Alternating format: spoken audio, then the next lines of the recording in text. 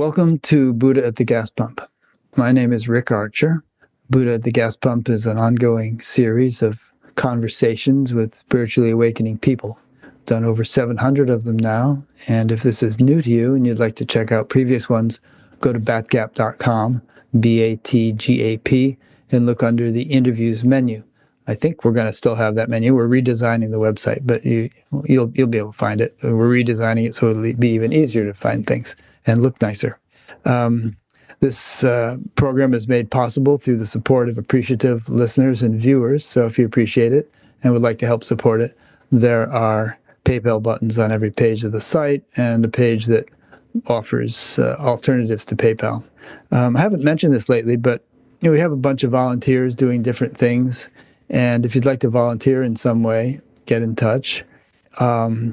One of the things is proofreading transcripts, and some people really enjoy doing that.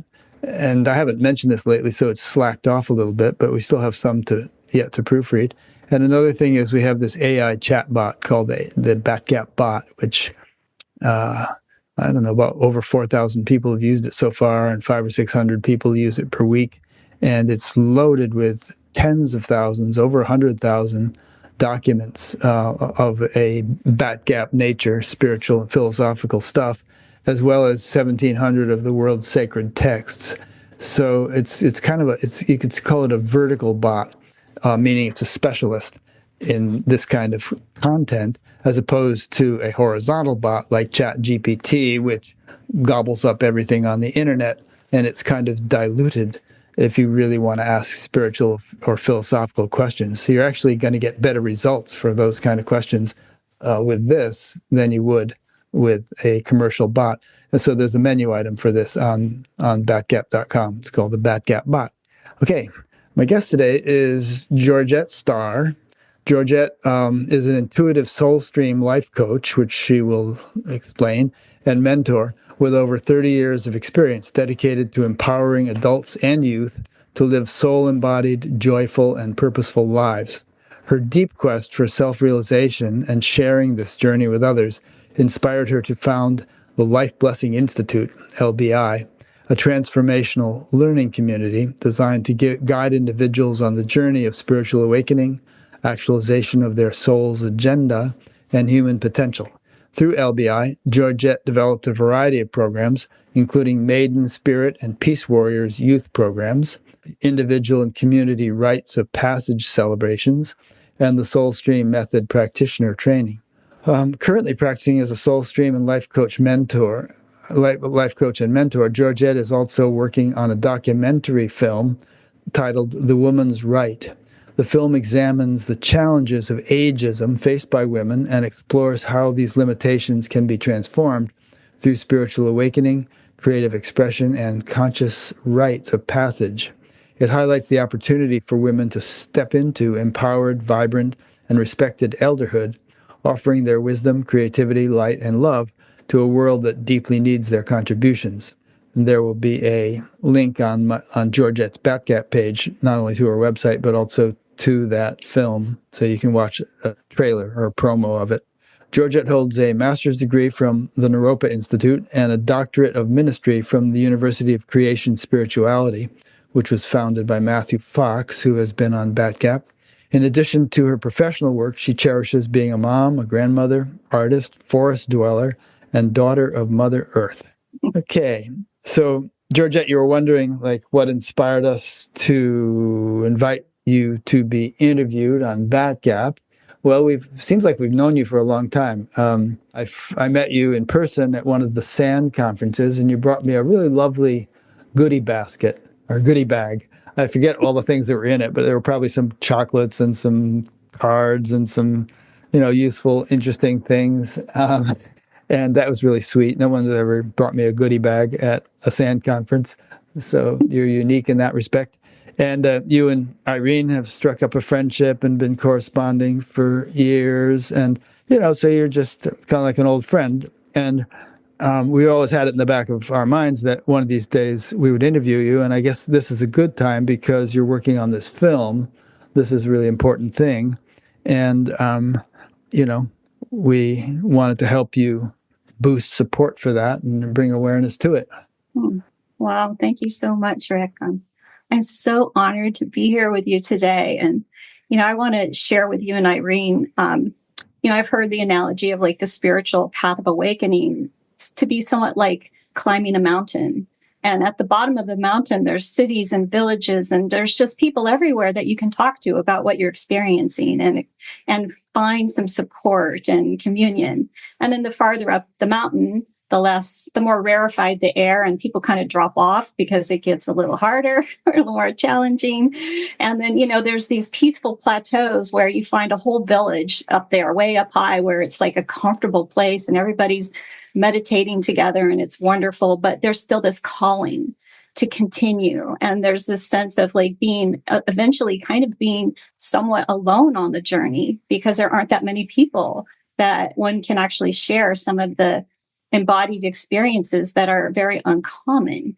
And so I remember, especially after what I would consider like the major shift for me in my sense of self and reality, listening to these interviews over and over and over all day long for days and weeks and months, because it was so helpful for me to hear other people share their story. Batgap interviews or what? Yeah, Batgap interviews. Oh, great. Okay. Yeah, I can't even remember how many. Yeah. So many. But there was something so stabilizing about, first of all, understanding that every human being is so unique and every path is unique. And that was comforting to me as the air became more rarefied and there were less people that I could share my experience with or find community with. And so it's been like a lifesaver to me. And I'm just so appreciative of both of you for your generous act of service that you just show up for over and over and over again. Well, thanks. There's this old Bengali saying, if no one comes on your call, then go ahead alone. But, the fact of the matter is we're not alone because there are a lot of people around the world these days who are into this kind of thing, on this kind of journey. And one of the reasons I actually started Batgap was I was in this little meeting group here in Fairfield, Iowa. We'd meet once a week and have these discussions. And some people had profound spiritual awakenings, but when they would tell friends about it, friends would be skeptical. They say, "Oh, come on, I've known you for years. You're just Joe Schmo. This couldn't happen to you or somebody like you." And so I thought, I'm going to start interviewing these people and demonstrate to a wider audience that this happens to and can happen to ordinary people, which is the tagline of Batgap, conversations with ordinary spiritually awakening people. And we actually sometimes intentionally avoid interviewing some of the more famous people, although we also interviewed them. But, we are happy to interview, housewives and truck drivers and just ordinary people who have had a spiritual awakening, just to make it clear that it is not the exclusive right of, somebody who floats 2 feet off the ground or wears white robes or anything like that. It can happen to anybody. It's everyone's birthright. Yeah, and it's rare that someone kind of Eckhart Tolle's, right? Like they just have these bursts of complete realization.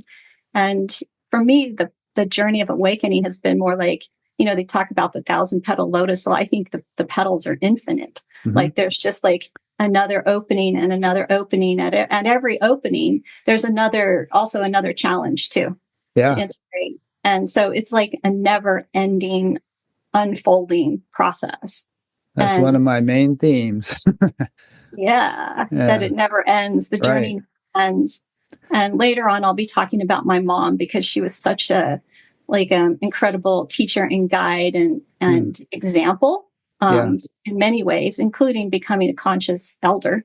But she was determined to use this incarnation to her very last breath to process anything that is not of pure light and love.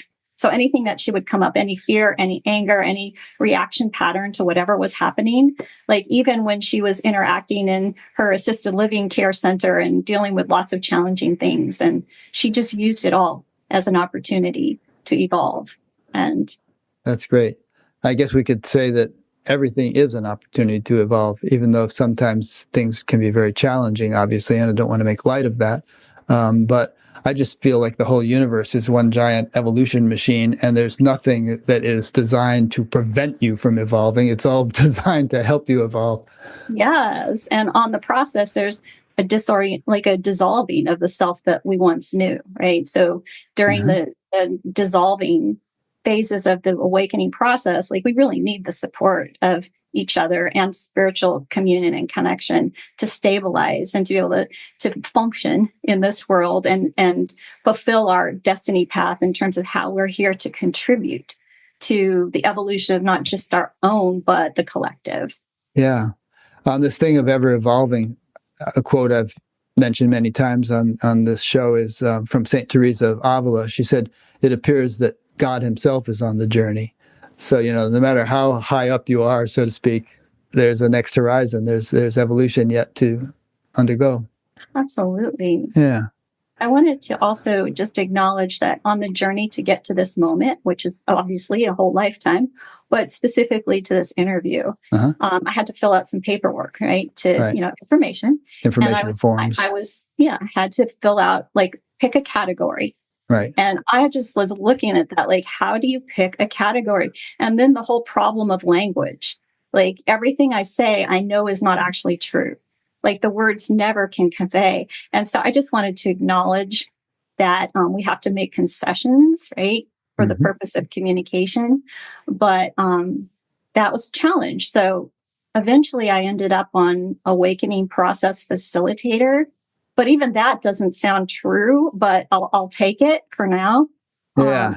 but when I really sat with what if I could choose a category, there would be no one else in that category, or maybe there would be, but it would be somewhat something like like bowing down like a servant to the mystery. Hmm. That's nice. Yeah, the reason we have categories is, we have a categorical index on BATGAP, and there's Buddhism and Hinduism and Judaism and psychedelics and therapists and creative artists and all kinds of different things. So, obviously, a person could be in many. In fact, we did have people in like 3 categories up until last year. And but times 700, that's over 2,000 people on the page, listings on the page. It wasn't that helpful. So Irene went through the whole thing and tried to narrow them down to one category. And then I emailed everybody I had interviewed and said, we had to choose just one. And would you like to change it? Let us know. I know. I was thinking, like, how would if I could pick one category? Like, okay, I am a teacher. I mean, that is a function, Sure. But and there is spirituality embedded in what I teach, but to claim the title of spiritual teacher, somehow for me that seems less than, at least for me, like bowing down to the mystery that Yeah. nobody knows, like the deeper truth of ultimate reality. Yeah.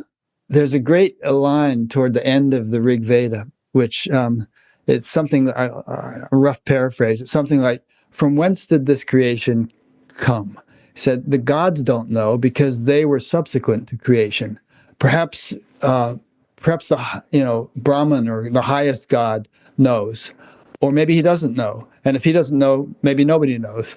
So even like the Rig Veda is saying this. You end up right back at the mystery again. Yeah, that's cool. Well, I Yeah. think it's a good attitude to have, don't you? Not to be cocksure of our beliefs and opinions and convictions and so on. Yeah. I like the that symbol. I think it's called the orzo or Yeah, the snake biting its tail. yeah, well, it's an open circle. It's a Right. circle that leaves Oh, a yeah, little. the Zen thing with the brush Yeah. stroke. Yeah, yeah, I really love that symbol because it's like an invitation to always know there's never a completion. Like there's yeah. no, it's always open to the mystery and open to, as we talked a little bit before we started our conversation recorded today around the scientific method of just always looking at, I think you described it as like everything is a working hypothesis That's right. and the best of our knowledge are filtered through our most recent up-to-date conditioning that we're looking through. Yeah. Some spiritual teacher, might have been Nisargadatta, I forget who, said, well, the bad news is you're always going to be in free fall. And the good news is there's no ground. You're never going to go splat. That's so good. That is so true. Yes. Yeah, no, I've been talking to a lot of people about this topic of like aging into saging or from role to soul or transitioning as a human being into an elder season or cycle of life. And that concept of befriending the unknown, Mhm. like we're always in it, but we just don't realize that we have lots of coping mechanisms to recognize that how much we don't know. And wisdom often, it's like after so much life practice of surrendering into the unknown, like we get better at it. Yeah. And it gets easier to trust that free fall, even though there's always going to be a biological response in the body to something that feels uncertain. I think fundamentalism of any sort is probably a reaction to the uncertainty and fear of the unknown. You know, you want certainty. And so you grasp onto something that somebody has told you. And, you know, and then as soon as you grasp onto some limited perspective and make it absolute, it clashes with every other perspective. So everybody else is wrong now, and I've got the best perspective here. They're all going to hell. I'm going to the special heaven. Um, but it's, you know, it's obviously a kind of very tenuous or indefensible position because it's not ultimate, and so it's constantly going to be challenged by. Yeah. But if you take a God's eye view, what would God's perspective be? It would incorporate all perspectives. Yeah. Mm. Right. Well, in the mapping system that my mom taught me that I'll share later, like there's a perspective that looks at all these different realms of human development. And one of them is represented geometrically by the square or the number 4. And that sense of like becoming like really stagnant within a structure. There's a certain point where there's a certain point in the beginning where it can be helpful as a building block. But then when it becomes stagnant, we fall inside the square. And then we're just looking at the walls and there's no fresh air. There's no progress. Yeah. I had a spiritual teacher who outlined what he called the fundamentals of progress. And they were stability, adaptability, integration, purification, and growth. And, you know, some of those qualities are kind of opposed to one another, like stability and adaptability. If something is stable, how can it change? How can it adapt? But then there's integration. Perhaps its stability and adaptability can be integrated with one another. And then purification, you need to continually purify the mirror or the vehicle through which this is experienced. And then all of that results in growth. I love that. I mean, when we talk about, having to have concessions for language, it's like language is so binary, right? It's like this or that, and that's not reality. Right. So all of those things can be simultaneously true and work together as an integrated whole. And old systems eventually do have to crack open, though, in order for transformation and evolution to happen. Yeah. Yeah. I mean, speaking of the way you just said it, things can be simultaneously true. Nisargadatta again said that the ability to appreciate paradox and ambiguity is a sign of spiritual maturity. Yes, absolutely. I feel that. Which means, paradox. Things can be paradoxically opposed or incompatible with one another, but both can be true. Like search is a candy mint, search is a breath mint, that kind of thing. The search paradox. Yes, I've heard of a T-shirt that was like a pair of ducks. Embrace the paradox. Yeah, I used to know 2 doctors that practiced together, and they were also meditators. I used to call them the divine paradox. That's great. Yeah, another sign of like a wisdom developing, right, is like the capacity to be able to withstand the tension of holding both, being in the center of the polarity or the duality, and knowing that both can be part of the same wholeness in the center. What do you think about what we're just talking about in light of what's happening in society today, in which there seems to be greater polarity than perhaps in our nation's history, and the tensions that causes, and how people seem to be seeing things from such diametrically opposed perspectives? What do you think that? I mean, I think that anything that happens in society is kind of symptomatic of something happening at a deeper level. And so what do you think this signifies? Well, once again, I'm bowing to the mystery here because Hmm. it's beyond human comprehension. But I do believe there's like these compensatory counter movements on the journey of evolution that you can only see from big, vast cycles of time. Hmm. And there's something like, in a sense, like the old, talking about the structure, right? The old structures, like they have to like get to the breaking point Yeah. before a new possibility can come in. Hmm. And, I was reflecting upon like, why has my journey somewhat emphasized the sacred feminine as being that principle in humanity as being so important to strengthen? And I have always been drawn to the Baha'i metaphor of humanity as the great bird. And the Baha'i metaphor describes one wing as being the masculine and one wing being the feminine, or men and women. And I don't see it quite so literally. I think of more of this giant, like this vast cosmic bird flying through the universe, and the masculine side, which is not a gender. It's one side of the polarity, right? It's the yang energy in Taoism. It's just been more strengthened. And so that wing is stronger than the feminine side. And so the bird is just spiraling out of control. Hmm. And that's kind of where we are right now. And there's some upsurges of effort, right, with all these people on the path of spiritual awakening, right, to connect to those more internal ways of connecting to self and others, and compassion and empathy and all of that. We just haven't reached that point where we're coming back into some kind of balance. Yeah. Some ancient traditions and even modern prognosticators feel like, we really have to go through a almost catastrophic collapse of social structures and order in society and so on in order to rise to a new kind of a more enlightened world. And I mean, do you view it that way, or do you think we can transition without too much cataclysm? I do have a hopeful, optimistic focus.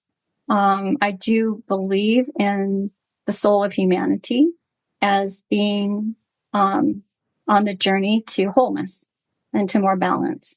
And I know it's sketchy and challenging. And right now, we just happen to be in one of those really tense moments politically, right?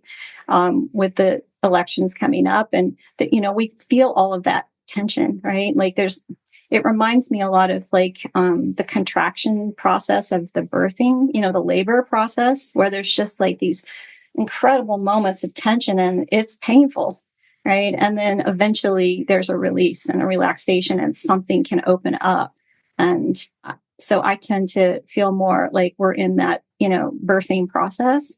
The soul of humanity is in a birth or labor process. Mm. And that there's enough God force in awakened humans to help us move ultimately to something better. I don't know what it's going to look like along the way, though. Right now, Yeah. it certainly isn't very pretty. Yeah. So you're thinking maybe we won't need a cesarean. It's No. how the birth is going to go successfully. Yeah. Well, as you say, I mean, when people will be watching this for years and they'll look back and they'll know what actually happened. But you and I at this point are like, oh my God, what's going to happen? I know. Something I just thought was interesting. Of course, I'm going to talk later about my mom and her teachings in the 9 pathways mapping system. But I took a look at the charts of the 2 candidates. Interesting. Okay. The numerology charts. Yes. Yeah.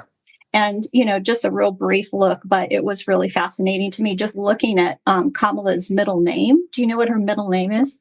No, I know her first name means lotus. In fact, I have a friend who has a T-shirt that says lotus for POTUS. Well, her middle name is Devi. Oh, Devi. Okay. I heard that. Yeah. Which means goddess. Just saying. Yeah. There's little signs of little sparks of life coming up in different places in different ways. And I don't know what it all means, but I can't help but notice. Right. And I also know that it doesn't help the world for us to dwell on what is beyond our control. Right. What helps the world, how we can contribute to the creation of a more balanced world, a healthier planet and human population, is to do what we came here to do, which is exactly what you're doing, you and Irene and all of your team. You're choosing to use your creative life force to contribute, right? And I love that, and I also really appreciate that. You're a little farther down the road in your age, right? 75, just turned 75 a couple weeks ago. Yeah. So you didn't hit the wall of it's time to retire, right? 55. Bit boring. So many people do.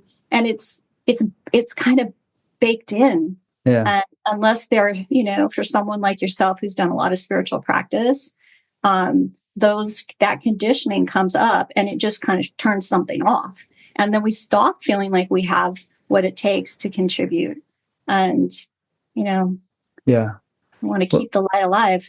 Well, I've done, maybe 25 years of my life doing stuff that had no intrinsic meaning to me. It was just ways to earn money. But then the other, at least another 20, 30 years or so has been teaching meditation or doing spiritual stuff, which was meaningful to me, or, Batgap, which is meaningful. And it doesn't feel like work at all. It's like Irene has to say, Rick, it's Sunday. Let's get away from the computer, stop working. Let's do something else. And I think, what working? This isn't working. This is like exciting. This is fun. Yeah. Well, that's just a real example or role model, right? Of tapping into where the world's need and our personal joy can meet, our personal sense of fulfillment. And that's going to be really unique for everyone. And not everyone is going to have an external sense of big purpose, but it will be in small ways every day, and the way they show up and shine. And I think that's what we most need right now to make it through these tumultuous times, is to stay focused on where the light is, where we can bring the light and be the light. Mm-hmm.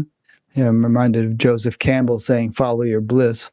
And I don't think he meant just, if it feels good, do it, which is what we went by in the 60s. It's more like, there's bliss is actually different than happiness or sensory gratification. It's a subtler value.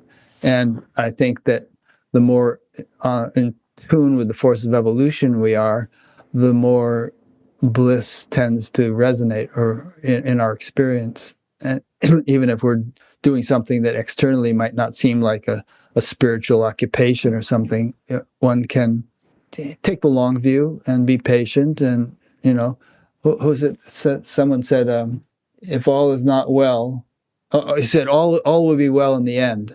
And if all is not well, it's not the end.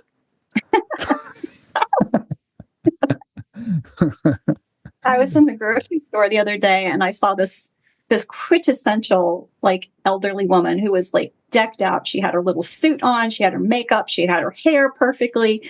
And she came up to me, she said, excuse me. She was very direct. She said, "How old are you?" That's funny. I said, "Oh, I'm 66. And she said, "Well, I really like your coat and I love your braid. Don't ever stop putting your hair in a braid." And I'm like, okay. And then she says, "I have made it my life purpose to show up wherever I am every day and say a good word to somebody." Oh, how nice. Yeah. That was sweet. her way. Yeah. Her way of that was her bliss. That's beautiful.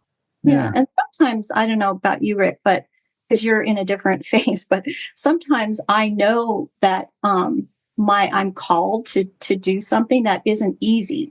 So there's bliss in knowing I'm aligned with a calling, and it's divine, right? I know that, but what I have to go through to do it isn't pleasant. Is challenging. Yeah. I mean, you remember Jesus in the Garden of Gethsemane saying, if it's possible, let this cup pass from me. And then after a while, I said, all right, but they will be done, whatever. Wasn't going to be easy, but I guess he resigned himself to it, that fate being in kind of the divine order of things. Yeah. And the awakening process isn't always easy. And actually, the aging process isn't always easy. What was the second one? The what process? The aging process. Aging process. No, of course. Yeah, especially in a world that is so programmed towards anti-aging. So, Yeah.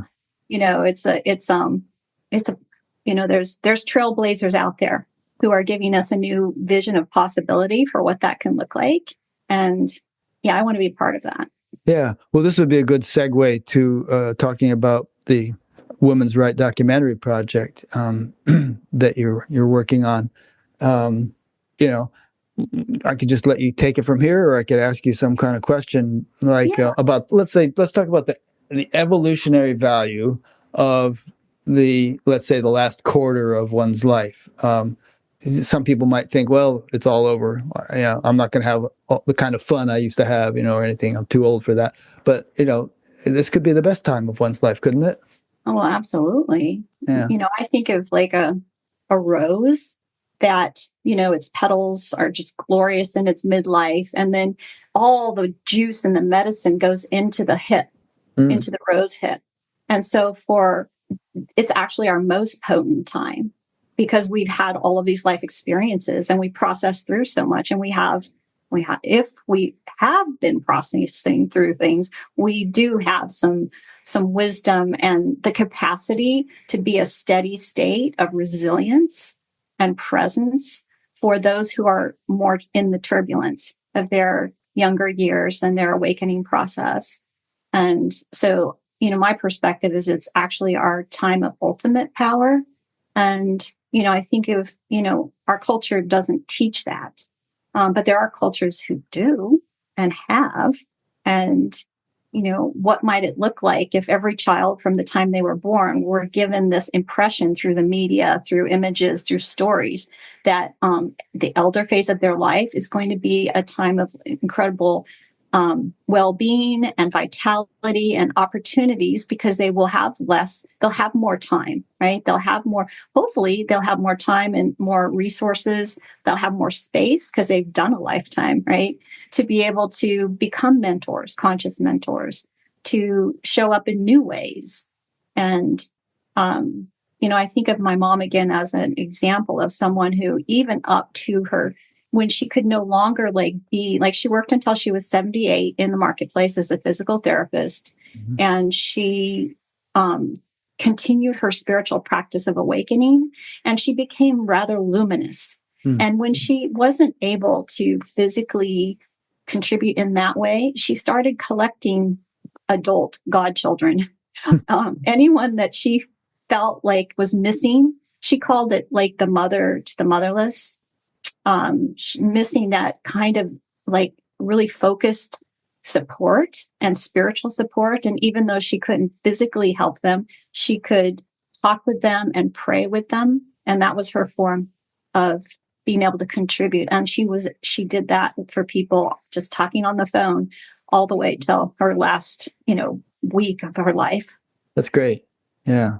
I'm thinking it's more blessed to give than to receive, but it's perhaps more blessed because it's actually more enjoyable if you can do something like what your mother was doing. Being on the giving end of a situation like that is very gratifying and evolutionary. You become a conduit for the force of evolution, actually, when you step into a role that is conducive to people's evolution. Yeah, absolutely. And also skills. She had some skills and they became very fine-tuned. And we all have that. We all have that ability. But not everyone becomes wise. Some people just get old. Yeah, it kind of depends on how you live your life. What you do during it. Yeah.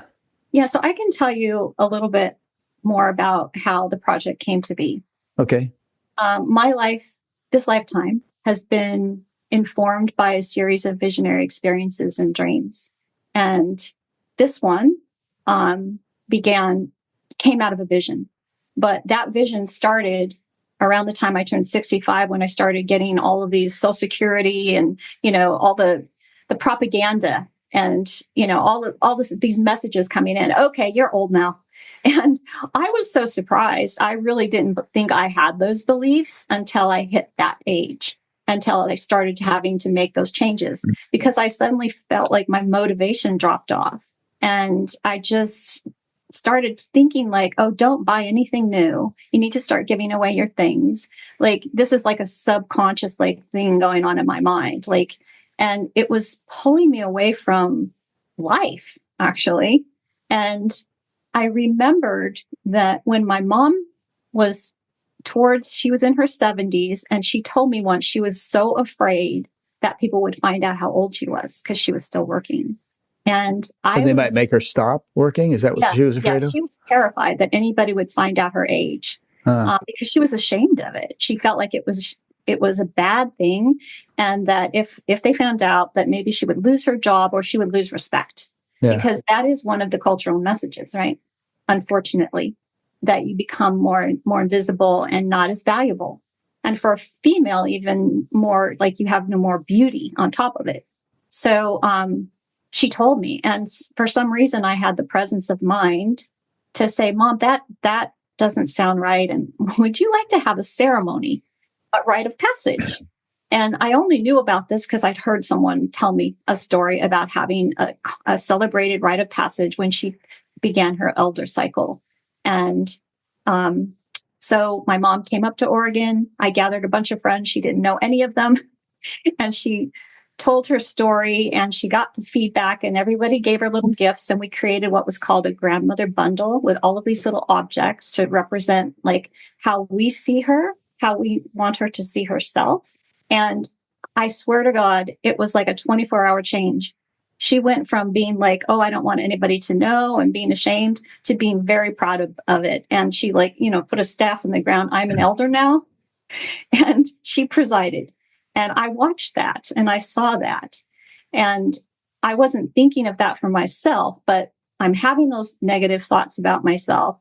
And I went to Hawaii for my birthday. I was very blessed to have that experience. I was meditating at a peace garden, and I had this luminous visionary experience. And this is hard to describe, going back to words and all of that, the concessions of language. But there was like a gathering of luminous beings around me that somehow I knew they were called the Pearls.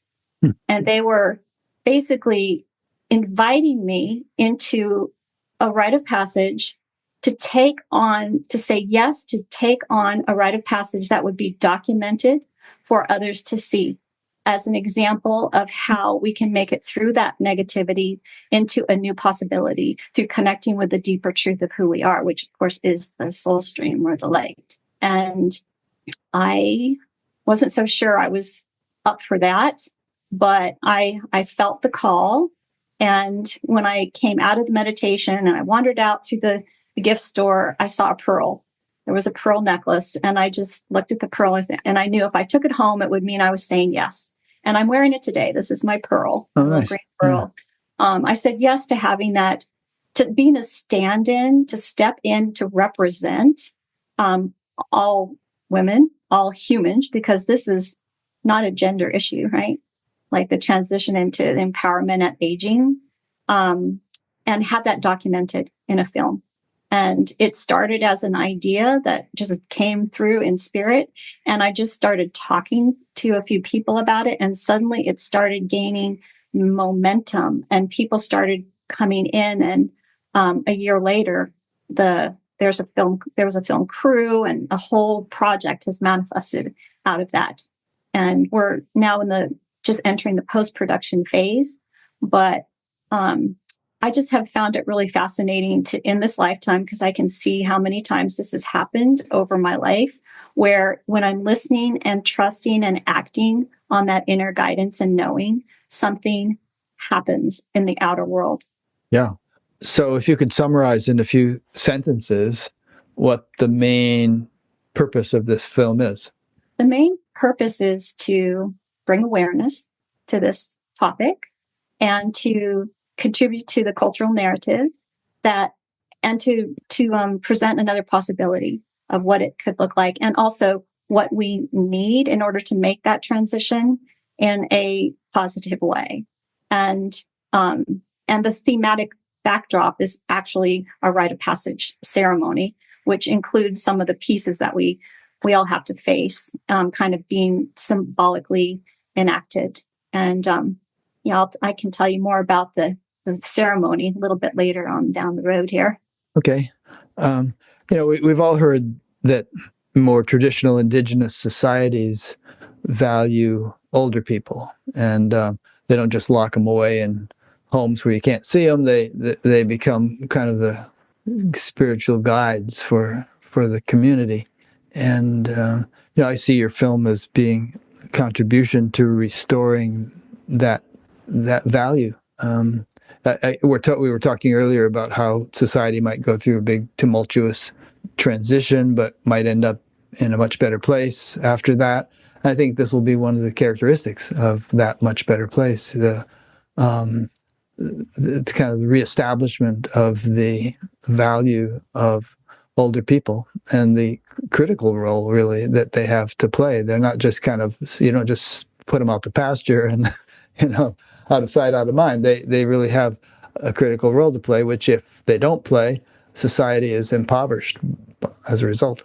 Absolutely. And these rites of passage are a way to stop, to pause, and to acknowledge, and to be conscious about stepping into that role or into that phase in a way that feels empowered, and having other people reflect that back and to confirm it. Yeah. Yeah. It's cool that you do a ceremony for it too, because, we have baptisms, we have graduations, we have weddings, we have ceremonies at various stages of our lives.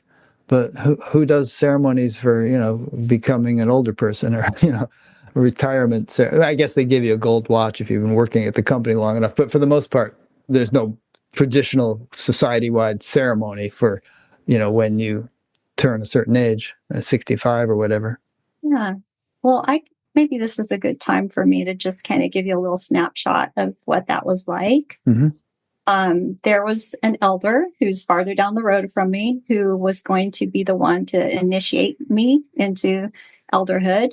There was a community of men, women, boys, and girls that gathered, and the ceremony started. Everyone had kind of passed through an arbor and added their touch to it. So they put flowers on the arbor, and then they found their seats. And then the elder walked beside me to take my place.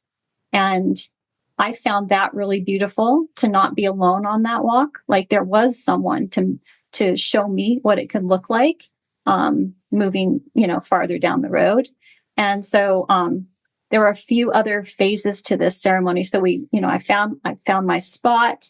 And the first part of the ceremony was I called it looking in the mirror. And so a little boy held a mirror. He kind of held it. It was a mirror that belonged to my mom. And he kind of held it right here at his chest. It's just how it worked out. He kneeled down in front of me and he held this mirror to me. And my intention was to look in the mirror and look at all the wrinkles and look at all the things and really call out what's challenging about this part of the journey and what I anticipate are the challenges about this part of the journey. But actually what happened instead, Rick, is that right at that moment that he put the mirror there, the sun came up over the trees and a big burst of light went onto the mirror and it reflected back into my face. Huh. And it was just like, okay, that's the deeper truth, right? Like all of those limiting ideas are something that I've been taught or I've seen role models and they're not really the truth. And so I put that mirror down, and that was one phase of the ceremony.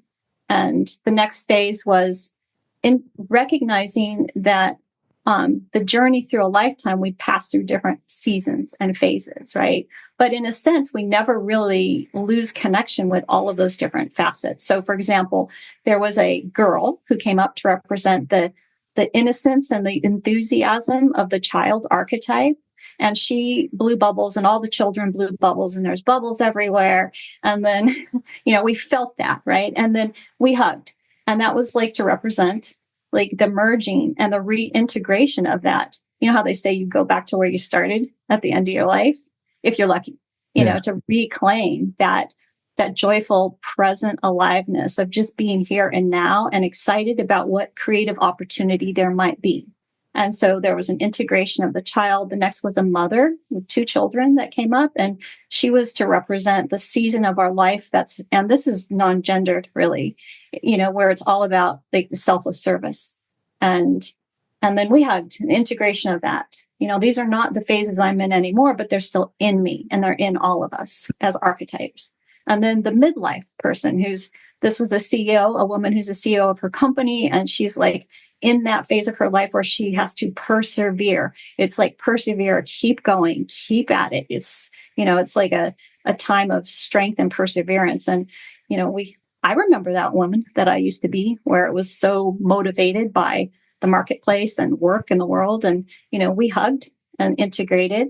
And then the last one was the elder. And so, just the kind of acting out like this opportunity we have to become whole and complete as we age into that sage function. Because when I really go deep into what's true about what it means to be an elder for me, I don't really identify with it. Like, I don't say I am an elder, really. If I do, those words don't really ring true. It's more like eldering is a function. It's a way of being that I can go in and out of, right? When it's called for. But I choose to be available to be called for that and to respond to the call when life presents an opportunity or I create an opportunity. Did you choreograph that whole ceremony? Did you figure out who was going to do what? It was created by a council of women who I formed when I first received this inspiration, because I knew I couldn't create it on my own. And in fact, that's one of the wisdom pearls that I have gathered in this lifetime is like, it's just no fun to do anything on one's own, really. I mean, collaboration, at least for how I'm organized, is like what brings the juice and the joy. And so I just want to be a part of that process.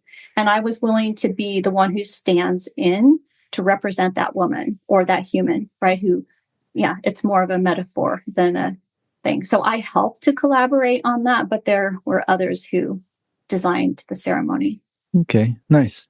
Okay, let's turn on the Wayback Machine and talk about your childhood, your adolescence, your early life, and some of the things you've gone through. I get the impression that you're one of these people who had some pretty interesting stuff going on, even from an early age. Yeah.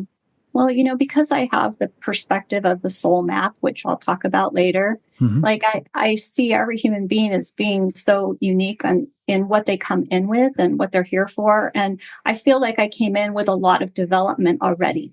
And so I think in some areas, and I think I just woke up really early. And so I just want to describe briefly that I had many ecstatic, mystical experiences as a very young child. I would never have been able to talk about that or describe that to you, but I just remember like laying on the cement and in the summertime with water on the cement and the warmth of the sun and the water and the body, and just like this sense of like just being part of everyone and everything. So undifferentiated well-being. And many experiences like that, being underneath a tree and just smelling the sap. And the senses seem to be gateways to this explosion of love and presence. And that went on until I was around 10. And then I had a massive contraction. And my dad had a major heart attack.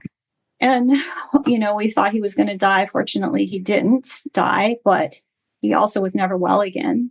But my sense of being safe or secure, that freedom to feel safe enough to just blend with everyone and everything really shut down for me. But something else opened up. And this became my search for the divine, for God. I do remember so vividly in all the Bible school classes and everything, the only thing that made sense to me was this idea that God is love. Like, that seems so true and so logical. And, but I didn't feel it in the church. I didn't feel it really very much from any of the people. I just didn't, there was no aliveness. So I asked my parents if they would take me to other people's churches. And so at age 12, I began my search as a seeker. And, they took me to Glide Memorial Church. That's a big church in San Francisco, a Buddhist monastery. Somehow I got into a Mormon situation. I'm not sure how. They showed up at your door. But the one that really, really made a difference, changed my life, was my mom took me to an Hindu guru in Berkeley, California, and I was 12 years old, and we took the bus, and I loved they were chanting, they were singing and chanting, and the music. I'm like, wow, this is so cool. I love that part. And then they took me to see the master. And he didn't speak English, but someone was translating, and he had a peacock feather, and he just hit my forehead with a peacock feather. They gave me a mantra, and then the instruction was to go home and at night to put your attention right here and to say the mantra. And so I did. But before we left, we had to wait for the bus, and I was so filled with energy. I couldn't stand still. I was like running back and forth while my mom was waiting for the bus, just filled with life. And that's when I knew there was something going on. There's something here. And so I would, get in my little bunk bed at night, and I would concentrate here, and I'd say the mantra, and I'd get these like painful headaches. But for some reason I persevered, and sometimes that would pop open. And when it would pop open, that's just some way to describe this, I would just go back to that feeling of the waves of well-being and beyond the words to describe. And this was going on, in my little bunk bed for years. That must have been Muktananda, right? Peacock feather. Yeah. I think it was later I researched to find out who that was. Yeah, it was Muktananda. But I never had a conversation with him again. It was just the instruction to meditate. Yeah, that's cool. I wish I'd learned to meditate when I was 12. Took me 6 more years, and during which time I kind of did some damage to myself that had to be repaired. What was this about Mom and Jane in the kitchen? It was in your notes. What was that one? So throughout my whole childhood, but around 12, when I was old enough to like really be paying attention, my mom was in the kitchen often with my godmother, Jane, who was also quite a bit older than my mom. So she was a mentor for my mom. And Jane had taught my mom a numerologically based mapping system, and they would be having conversations. They were reading charts of neighbors and friends and relatives and having these conversations about the metaphysical perspective on what a life is all about. And both of my parents were metaphysically oriented. They were both Rosicrucians, and they were both really compassionate human beings. And I just was kind of born into that field. Yeah. And, yeah. The Bhagavad Gita says what a good fortune it is to be born in a family of yogis. Yeah, well, I would say they were more like wounded healers. But yeah, they were cool people to be raised by. Yes. And I didn't know any different, right? So I never even thought, I'd like to learn this. It was just a conversation going on in the background of my life. Yeah. And later it became more of something that came to the front. So that meditation you learned when you were 12 and you got a mantra, you kept doing that throughout your adolescence? Mm-hmm. Yeah. And I also continued to have these visionary or intuitive impulses, knowings of things that just continued on and on, small things to big things that I, for some reason, knew to listen to and trust and act on. That's great. So apparently you missed the whole drug phase that many of us went through in those days. I didn't miss it completely. Yeah. I mean, I tried, but I found that I was experiencing a natural high from this ability to tap into this inner source, because it also was a source of creativity. There was there was just be all this music that would flow out of me and poetry, and it was so joyful that doing something to alter that also kind of felt like bringing me down. Yeah. So I tried, and I didn't spend a lot of time with it. Yeah, that's good. Yeah, no, that was kind of my conclusion once I took drugs quite a bit for a year before I learned to meditate. But after I learned to meditate, I never did them again. But my feeling was, hey, I feel better all the time than drugs made me feel temporarily. So why would I do that anymore? Yeah, Yeah. I mean, I exactly. see all these poor people taking fentanyl and all this stuff. And, it's like there's a better way. I mean, whatever chemicals these drugs are able to trigger in your brain can produce them on its own, and much more enjoyably than introducing some artificial substance. Now, that's not to say that psychedelics don't have value under certain circumstances, but still, um, we're capable of tremendous bliss just through our own neurophysiology. Yeah, absolutely. And I Yeah. wonder why it is that many of us have a resistance to that. Like we're not, we're, even though we know that potential is there, we make other choices. I think to a great extent it might be due to lack of proper guidance. I mean, you had really good guidance as a child, given who your parents were and their open mindedness, taking you to all these different things. And, the average kid doesn't get that. I didn't have a clue that this kind of thing existed until I was 17, and it took me a while to find something that I could really do. So I finally started when I was 18. But, um, you know, ideally there should be an introduction to this in grammar school, appropriate to the age level of the children. And there are some schools which do that, but it's pretty rare. And if there's ever any attempt to introduce it into the public schools, it usually gets shut down by religious fundamentalists. It's really, really true. Well, I do feel really blessed. Um, my godmother Jane also, she had a guru, and Different I was guru. just his name was Charan Singh, I and the vaguely remember hearing organization about him. Yeah. Radhaslami or something like that. I was like Okay. 14 when I started going to these groups, and I was just so drawn to anyone who was talking about spirituality that was a little different than the way that it was being portrayed to me in our family church. So I actually was initiated by that guru, which is kind of like I never saw him. He was like somewhere on the other side of the planet.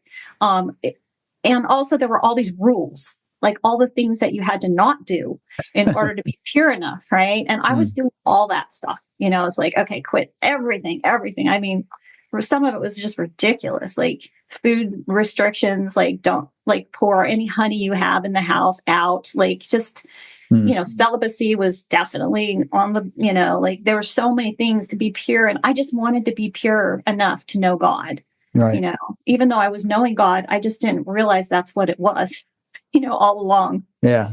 And so I went through you know, that process where you give your power away to an outer authority in order to somehow find that out there, the God out there.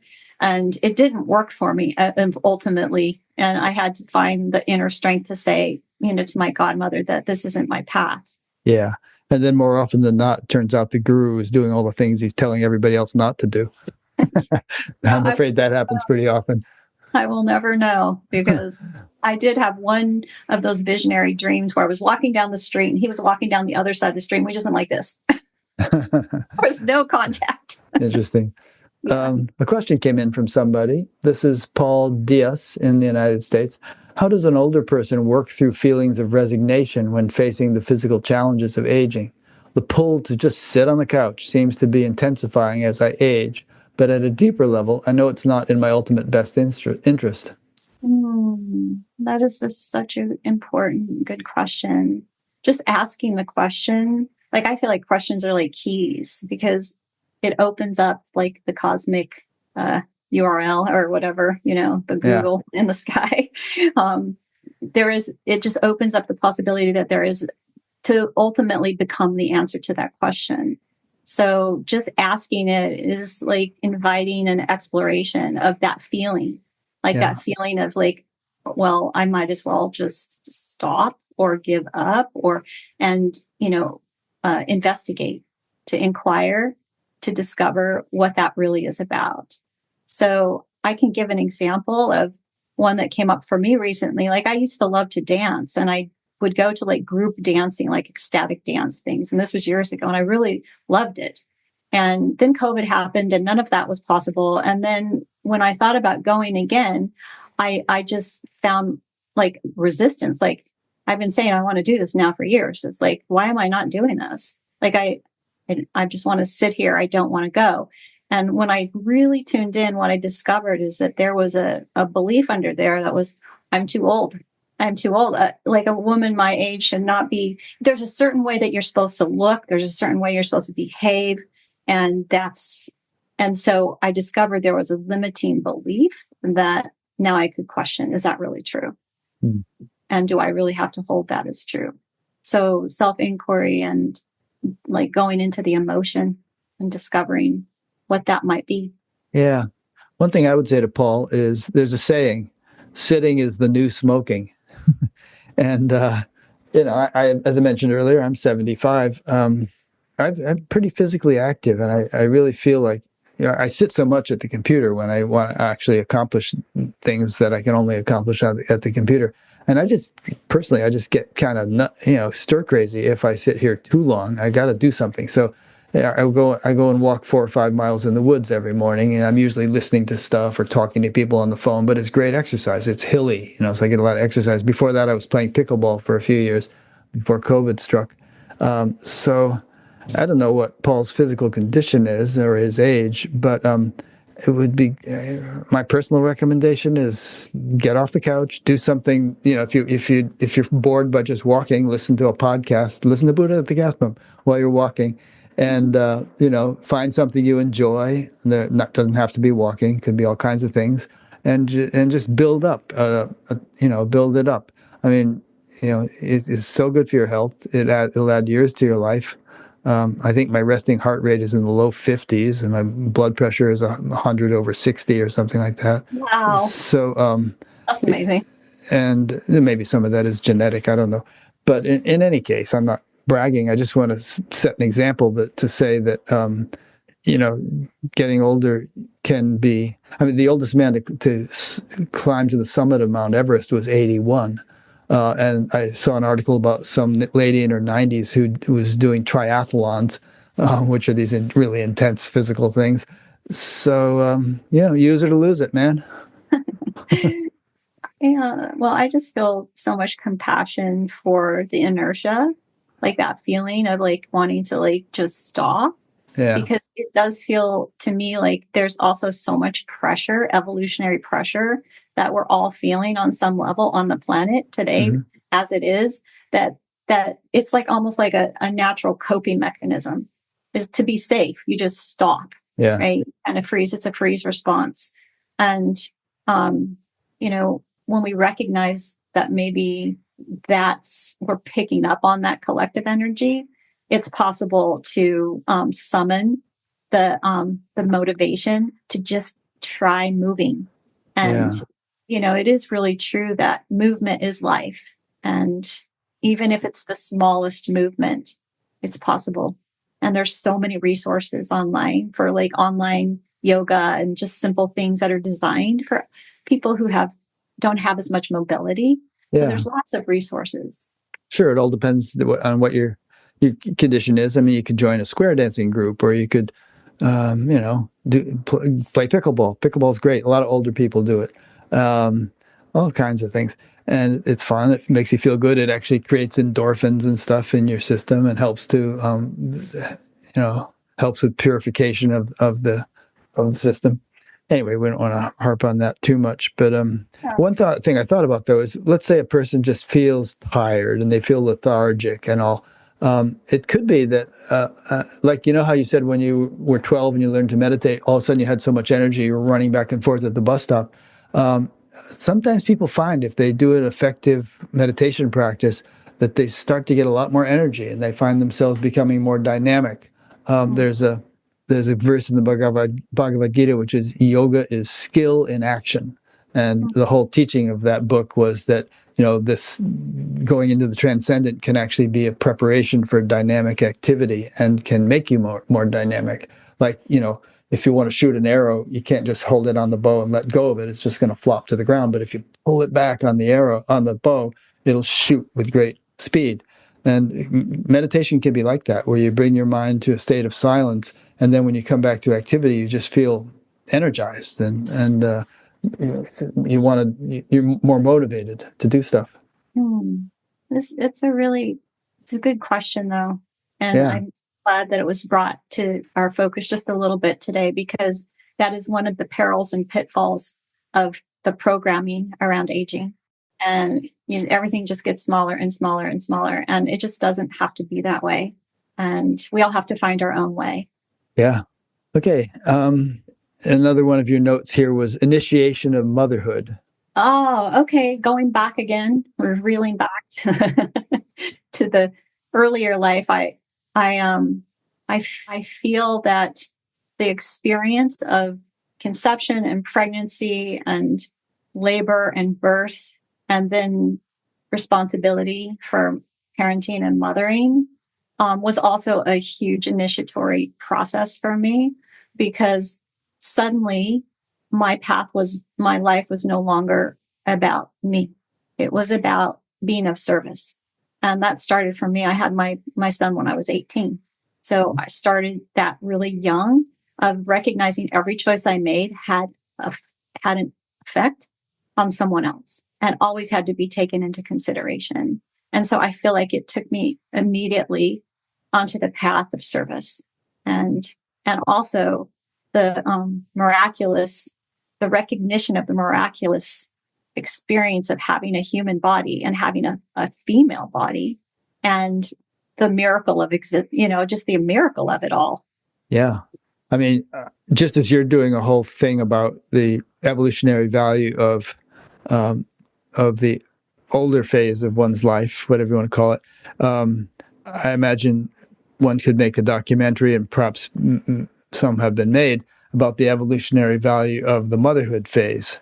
There's a lady I interviewed a couple times in New Zealand named Lucy Grace, and she had this young child, and the child was, she was used to this nice meditative routine, and all of a sudden she has this kid that won't let her sleep or do anything. And she's like, oh my God. But she very clearly got the message. This is your spiritual practice now. Get into Yeah. it. Take advantage of it. Yes. I remember Lucy and her daughter, and just absolutely like if we keep rolling it back to earlier, like for a girl, her first really big initiatory experience is with her first menstruation. And that's another that has been, I've for some reason felt called to acknowledge these rites of passage for women at these different ages and phases. And in fact, for more than 15 years of my life, I was dedicated to and created a program called Maiden Spirit, that was all about helping girls to experience a conscious and celebrated rite of passage at their first moon experience, but also to prepare them for becoming conscious young women in a way that gave them access to their wisdom source within. So it was a spirituality and rites of passage program for girls.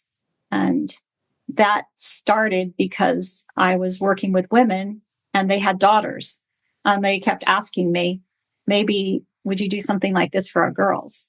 And at that time, I'm like, well, I'm not qualified for that. I don't have that experience. I have a son, not a daughter. Thank you for, trusting me with that, but I'm not going to do that. And then I had another one of those visionary experiences again in Hawaii. And this time I was camping at a ancient village site in Maui. And I had another really profound experience of being a child, being a little girl, and being chased into a cave.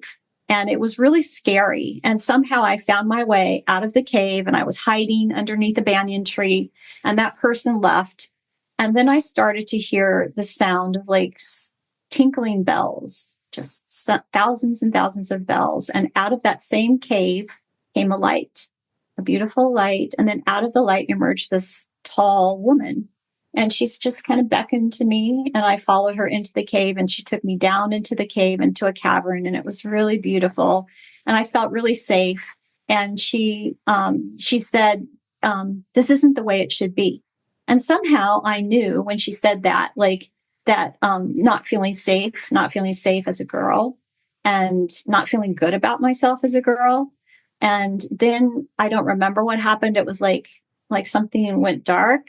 I don't remember it, but I knew when I came out of it, when I woke up or my eyes opened up, I felt so like empowered and so happy, so glad to be myself, just so alive. And then she said to me, "Now I want you to go out and bring the other girls back to me."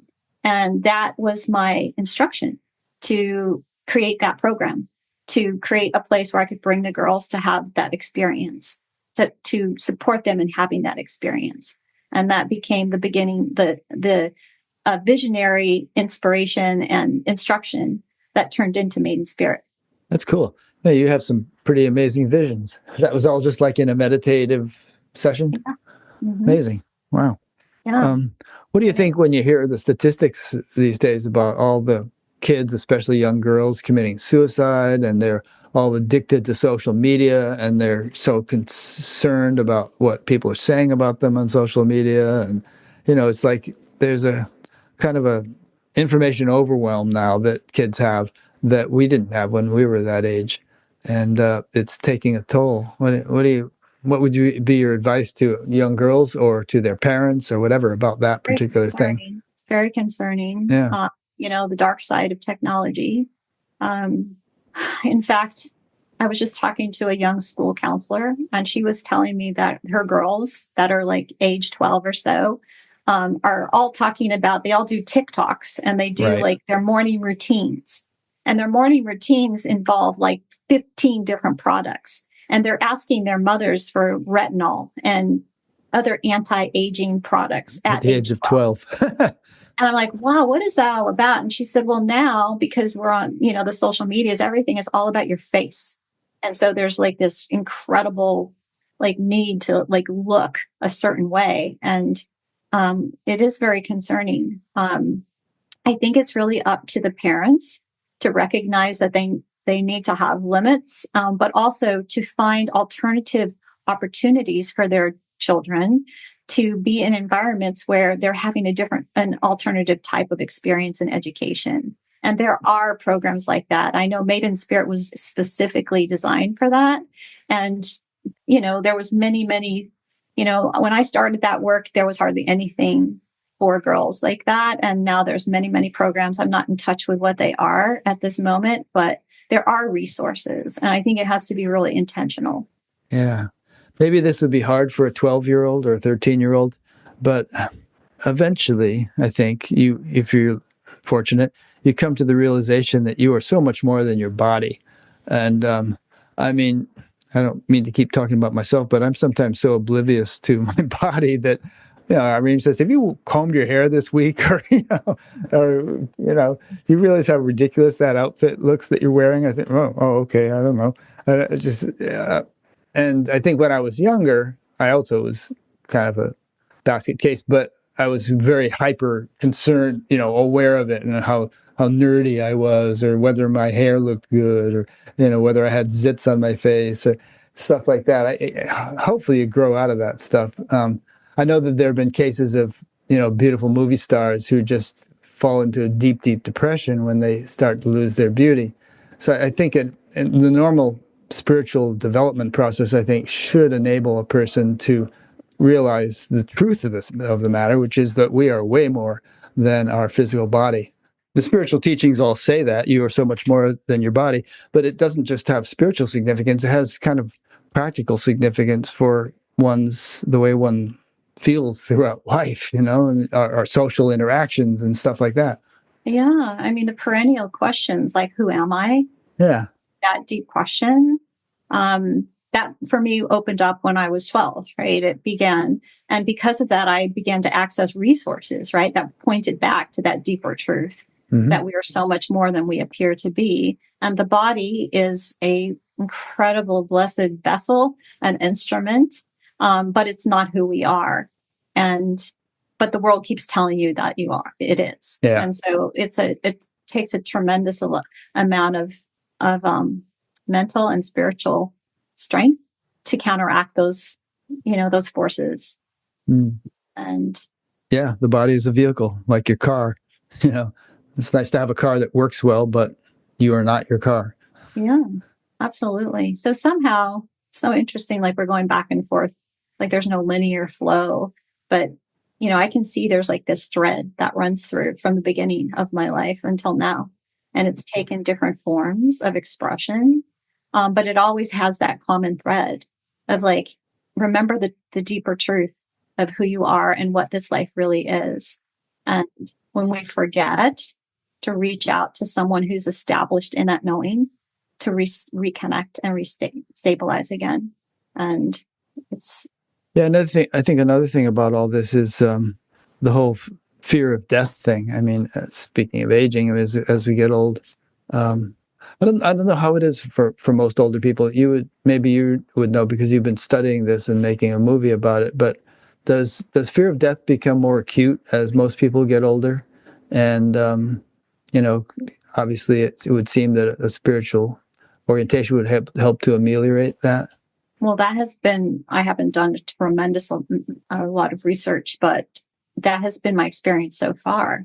That, yeah, those who have a direct connection have developed the resources and the skills and the capacities to be able to trust the unknown, to be able to step into the unknown. And because we don't know what that's going to be, how that will be, cultivating that sense of trusting one's ability, like you said, to free fall, but there's no ground like that.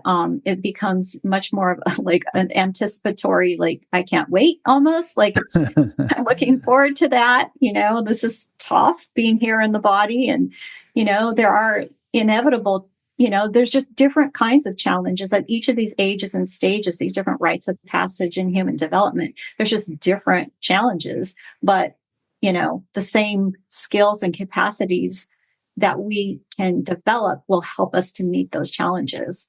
So, meditation, just stilling, getting quiet and tapping in, that was something I felt was so important to teach those children. That was the very first in the curriculum. It was the first thing we talked about is like, the real you. And I would take them on a guided journey to meet their inner wisdom source.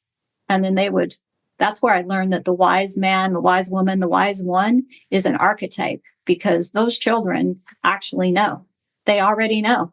So many of them, what now we might call the elder, the wise elder, they already have it inside. And they can connect to it, and they can get their own information and knowledge and be guided by that inner resource. And it doesn't, that doesn't end. Yeah, that's important too. I mean, on the death thing, there's that saying, die before you die, which I think means, get to that level of life that is beyond the manifest and which is eternal and immortal and so on. And most of the people I know who have had near-death experiences, I've interviewed a lot of them, and they're like completely obliterates the fear of death because they've had a glimpse of something that's so marvelous. Not that they're in a hurry to die, but when it happens, no big deal.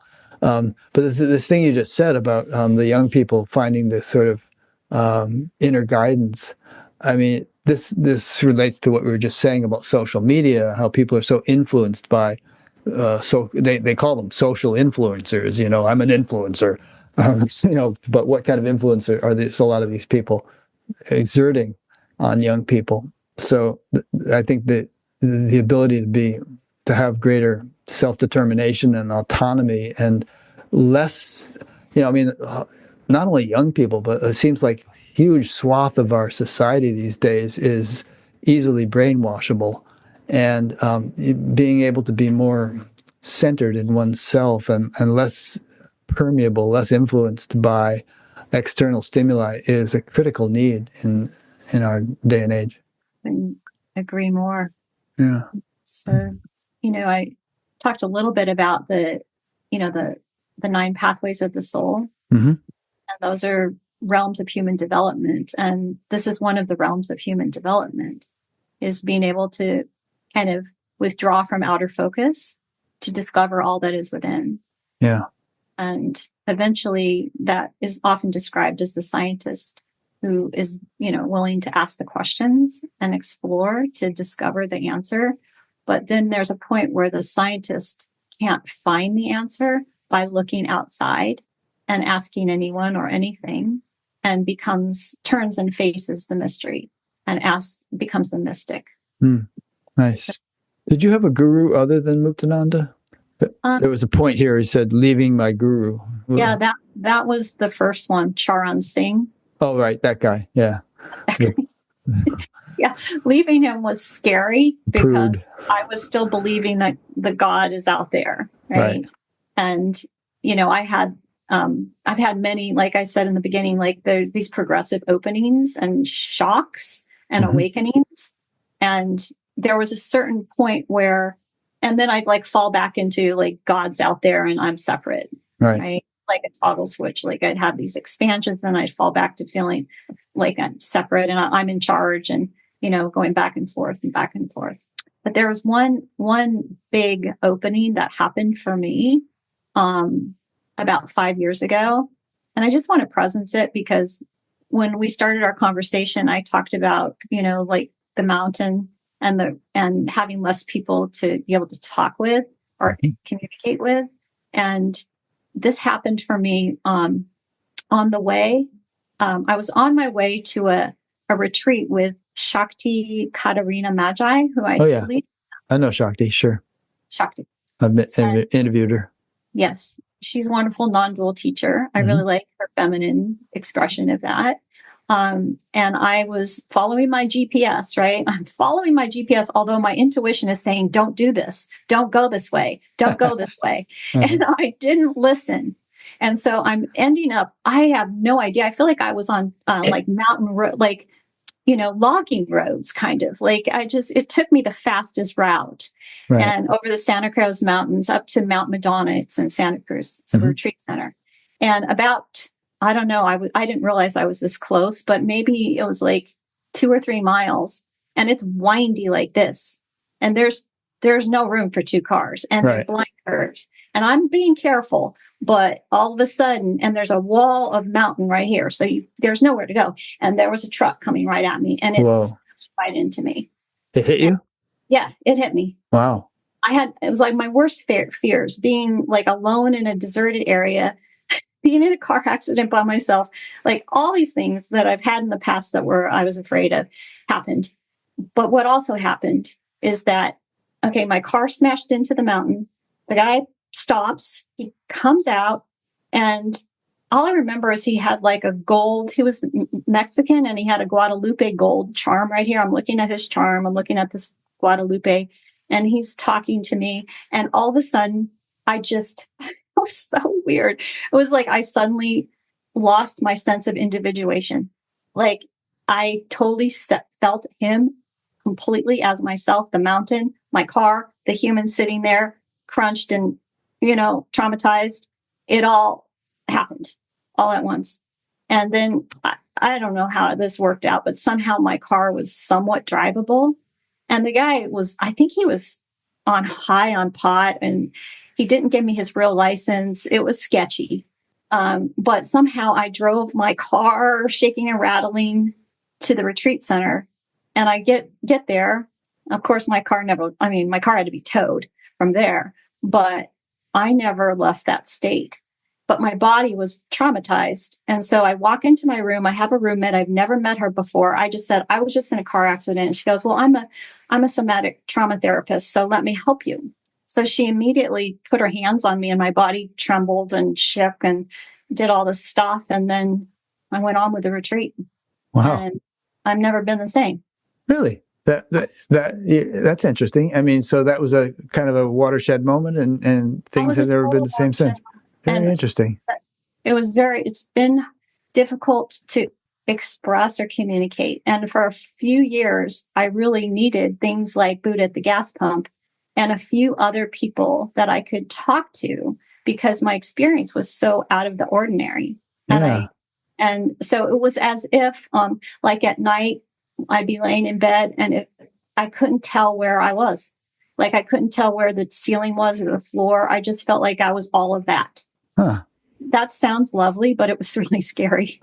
Yeah. Because for so much of my life, I had this really concrete feeling of being a separate human being. Mm. And even though there was these moments of expansion, there'd be a contraction back. And this time it just never contracted back. Huh. So just, it took a while to reorient to how to, it was a little challenging. And now it's like there's a silence and a stillness and an emptiness. Like when I came out of that rite of passage, my older rite of passage, I thought people were going to be right there in front of me to give me a hug. That's not what happened. They all moved out into a big semicircle, and I walked down into empty space. Huh. And that's how it is. It's like even now we're talking and we're having this flow of communication. It's creative, beautiful. And I feel such an emptiness inside, a stillness, a silence. And in this context, emptiness doesn't have a negative connotation. It's more of like you said, stillness and silence. You might even be able to say fullness, but it's a stillness and silence. Yeah, it's going back to the paradox. Paradox. Yeah, like it's both and. Like I'm here, I'm doing all the things. I have to go through all the human stuff. I mean, the body's experiencing that, but it's also experiencing all of it. Interesting. I've heard of other instances, and I think it's probably come up in some of my interviews, where a traumatic experience like that precipitates an awakening. I've heard that too. Yeah, and it doesn't reverse.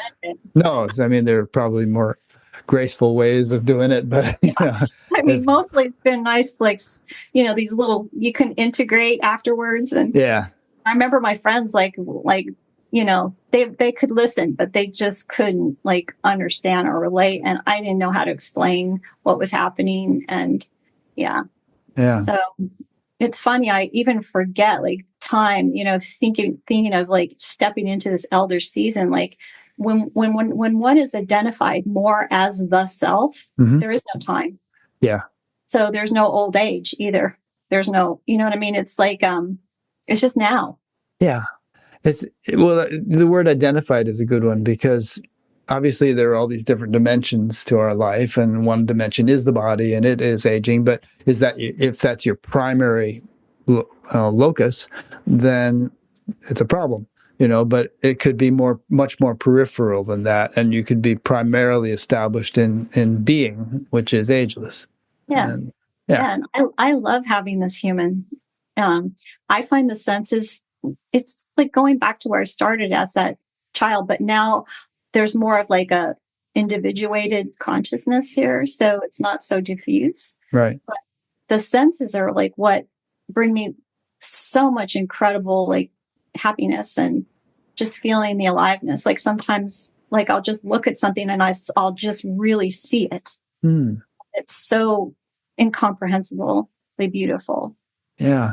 It's said that a progression after self-realization can very often be the refinement of the senses, and that refinement sort of needs the establishment of pure consciousness in order to have a stable foundation. Otherwise, it can be too overwhelming to have the sensory refinement. But once that's there, then the sensory richness can become extremely profound. One teacher once said, until you're established in the self, God realization is out of the question. He couldn't even telephone from a distance; you'd be crushed. So you need that stability, and then the senses can just really start to flourish. Yes, I remember with Jane. She used to tell me that there's self-realization before God realization. Exactly. Right. And I'm like, what? I don't get that. Why? Why would you want to have self-realization if you could just go right to God realization? So it took me a few decades of maturing to recognize the importance of developing the vessel to be capable of withstanding the intensity. Another analogy might be a small, shallow pond can't rise up in great tidal waves. It would only just stir up the mud. But an ocean can do that. Exactly. This also pertains to the idea of devotion, which the expansion of the heart. Okay, so we have about half an hour left. I want to make sure that we don't miss out on something important. So, there are a few little tidbits from your younger years, but maybe we've covered that. And you have alluded to this work you have done with young girls and also young boys And we might want to talk more about that. And then there's the Life Blessing Institute, and then there's the Women's Right. Well, maybe there's more to say about the Women's Right documentary project. And so of all those things, and then there's Matthew Fox, who you studied with, Thomas Hubel you studied with. So what would you like to cover in the next half hour? Well, I do want to just mention again, my filter, I guess, is always looking towards what's working, what can feel better, how can it be improved rather than what's wrong. And one of my greatest teachers around this concept is Matthew Fox. And the way that I discovered Matthew was I was at a Franciscan Renewal Center for just some contemplative time. And I went into the library and I looked at the books and I saw this book and it just had the title of Original Blessing. And I'd never heard of Original Blessing. I'd certainly heard of Original Sin. And I mean, it's almost like that moment changed my life. Like, wow, you mean this, like all this really is like sacred and a blessing. This human experience, this human body, this creation is inherently good and sacred. And I didn't really even need to read the book. I mean, it was just like, yes, that resonated with me. And, later became like woven into everything that I do. And I've heard you talk about this many times, Rick, but, whatever we focus on will increase. So why don't we focus on how to bring more love and compassion and beauty and justice into the world? And even if it's just like that woman in the grocery store who told me she liked my braid. So the main tenet of creation spirituality is that life creation is a blessing. And I also really loved that woven into that philosophy is this idea that, spirituality is lived both through science as well as through, it's like spiritual practice or spiritual values. And I like that. I also like that Matthew really specifically talked about the feminine aspects of the divine and really celebrated that. And it resonated with me. I just found an organization and a community and a belief system that I could fit into somewhat. And, but life as original blessing is, I think, the main takeaway for me from that whole educational process. Cause I got my master's through the Naropa Institute and the Creation Spirituality track. And my doctoral project was to create the curriculum to train mentors for the main spirit work. But I always appreciate and bow down to, important mentors along the way. And Matthew Fox was one of them. Yeah, he's a neat guy. I first saw him at the SAND conference and liked him a lot, and then interviewed him a little bit later. Oh, yes. Yeah.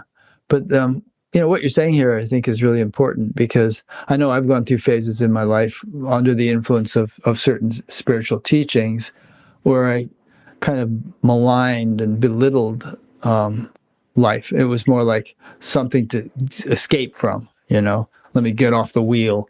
And, kind of like life sucks, then you die kind of a thing. And, there are spiritual traditions which emphasize that, this world is horrible, but then you go to heaven if you're a good person.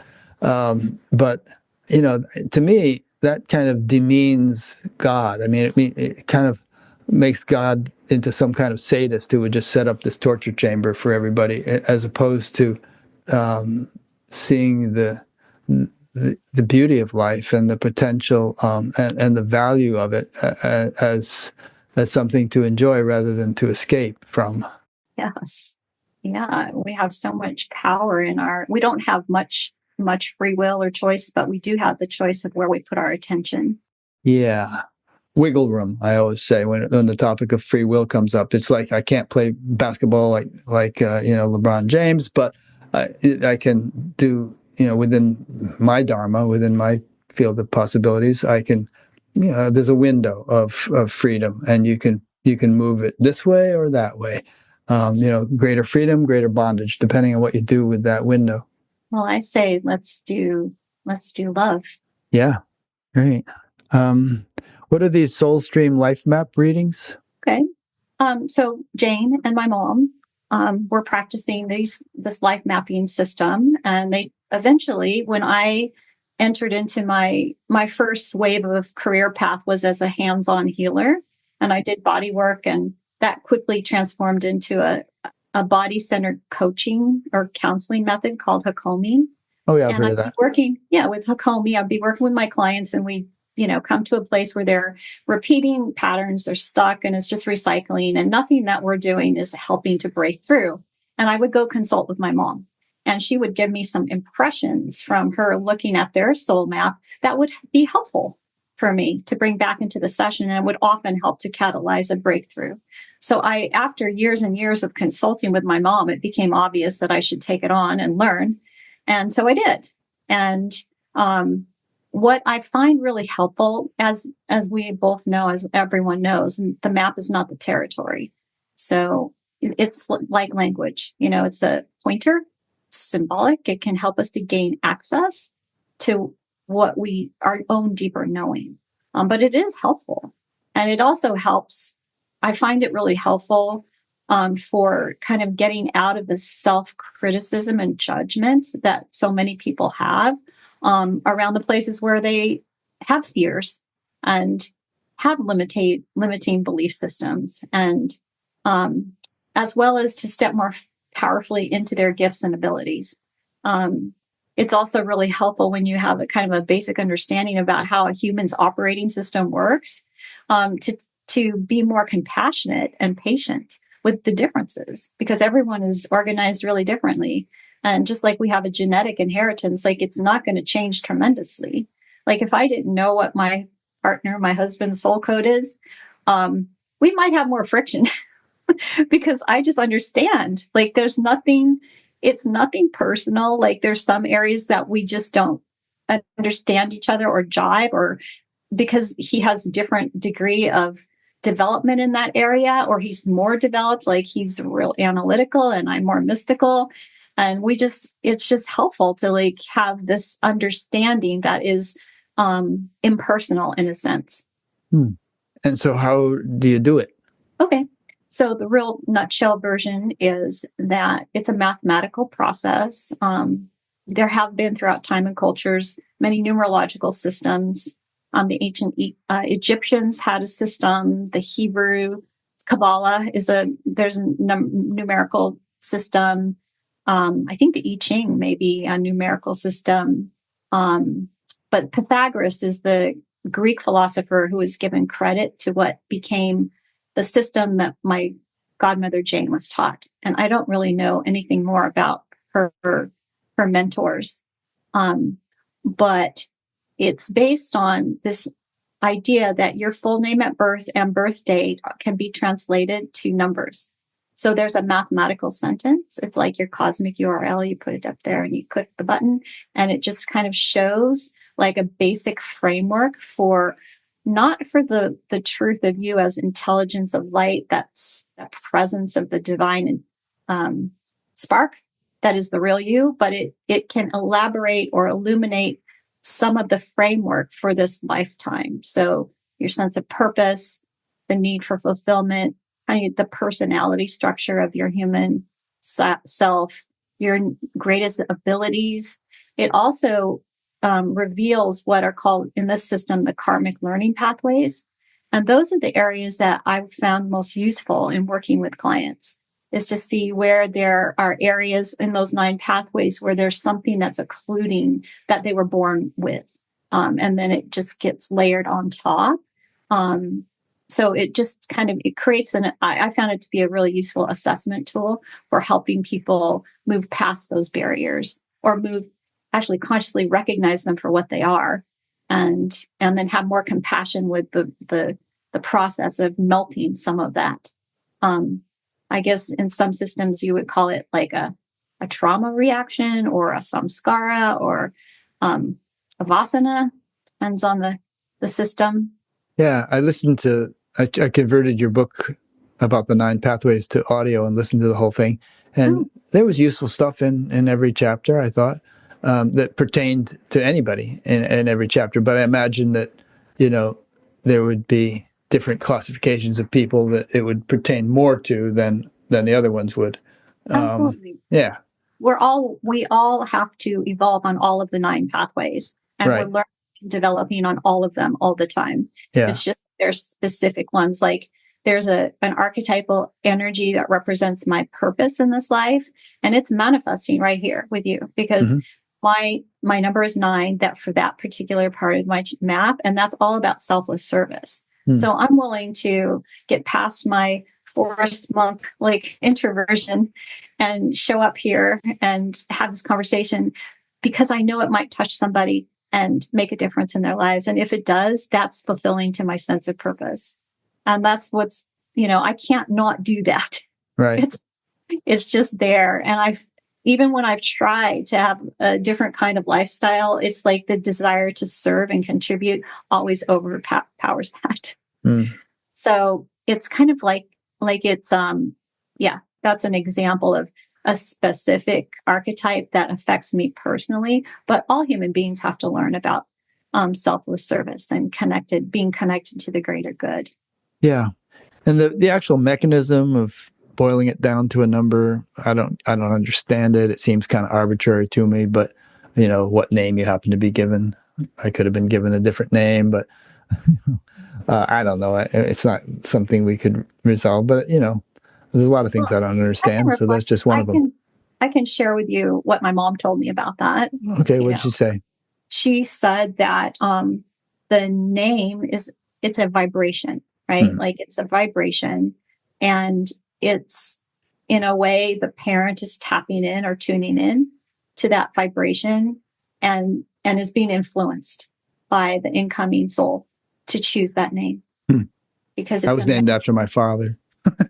Yeah, so was I. So that's just what she said. And this is where, the logic and reason, like my predisposition is to try things and see if they work. And then if they do, I'll develop some faith in them. And because I was born into this system and I practiced and I discovered it to be so accurate, I just gained confidence and kind of gave up the need to totally understand all the logic and reason for how the system works. Yeah. I know that in the Vedic system, they use Jyotish or Vedic astrology to help to determine what a child should be named based upon their chart. In my niece's case, her name was supposed to have a ka sound, start with a ka sound. So they named her Camille, which fit with her Jyotish thing. So, there's all these systems. And of course, if they named her Amy or something, I don't know what kind of effect that would have had in her life. Maybe nothing, but, why not? Well, if something's useful, of course, we always have to have our own filters, right? And check everything with what really resonates. But I have found it to be a really joyful way of interacting with people. I love doing those readings. Something happens. It's not just the map because there's an intuitive element to it. Mm-hmm. It's just like something starts to come through that is beyond the map itself. And it's almost like a catalyst for you to just sit and interact and have the stuff come through. Exactly. Yeah. So you still do those, I presume, over Zoom or Skype or something? Mm-hmm. Yeah. And how's the film coming along? Does it look like it's, do you have enough funding? Are you going to be able to finish it up on time? We were able to do an Indiegogo fundraiser and get enough money to pay for all the filming. So that part's done. Mm-hmm. Thank you, God. And now we go into post-production, which is a tremendous job to edit. Right. 4.5 days of film distilled down into probably a half-hour film. Yeah. And it's going to have poetic elements to it. And it's, I'm working with a director and an editor, and that is a slow process, just even organizing all the files. So all of that to say, we're going to be in post-production for months and months, and probably in the spring, hopefully by the end of spring, we'll have something to actually bring forth to the world. And we might need to do another fundraiser. I don't know. Most likely. Wow. That's a cool project. See you at the Oscars.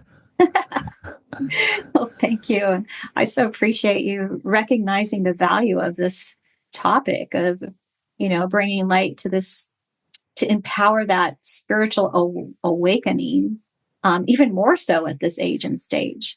Yeah, as we've been talking, I've been thinking about this the spiritual significance of every age. Your single digit years and your adolescence and your married years and business years and your retirement years. I mean, each one has its own flavor and its own evolutionary potential, and Exactly. none of them are better or worse than the others. And if you believe in reincarnation, we've probably been through thousands of such cycles. Uh, so you just take full advantage of each one as you go. Hmm. Yeah, I love metaphors, and I love the nesting doll metaphor. Right, the Russian dolls. Yeah. Yeah, like we just progressively like become more expansive, but we never really lose the core, Hmm. right? Like the spark at the center, it just Yeah. becomes developed and mature. And we're here, to develop on all of these pathways as human beings. But we're also here to, through the ripple effect, through our interconnectivity, to contribute to the creation of a more enlightened culture, right? Mm. And so there's two different levels of evolution going on at the same time.